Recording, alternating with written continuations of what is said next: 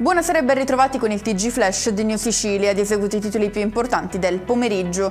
Arrivano altri 18 milioni per le imprese danneggiate dal ciclone Harry, un sostegno reso possibile dal Fondo Sicilia e approvato oggi dal governo Schifani. Dopo i primi ristori, ha affermato il presidente della regione, stiamo procedendo con la fase 2 con l'obiettivo di dare risposte concrete agli imprenditori.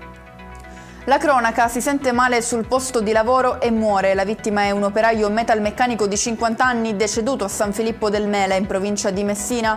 Francesco Iarrera, questo è il suo nome, si sarebbe accasciato davanti ai colleghi mentre saliva una scala interna alla centrale elettrica in cui si trovava.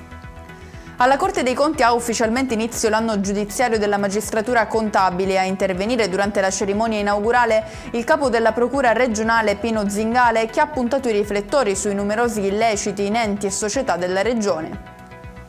Un percorso pedonale sopraelevato di circa 780 metri per collegare la stazione ferroviaria di Fontanarossa ai terminal dell'aeroporto Vincenzo Bellini di Catania. Arriva l'ok del governo regionale al progetto, che rappresenta per il presidente Schifani un obiettivo strategico che garantirà elevati standard di accessibilità e sicurezza ai passeggeri.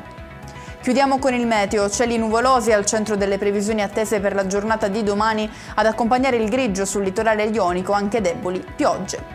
E con questo è tutto, prossimo appuntamento domani alle 13:30. Grazie per averci seguito, buon proseguimento di serata.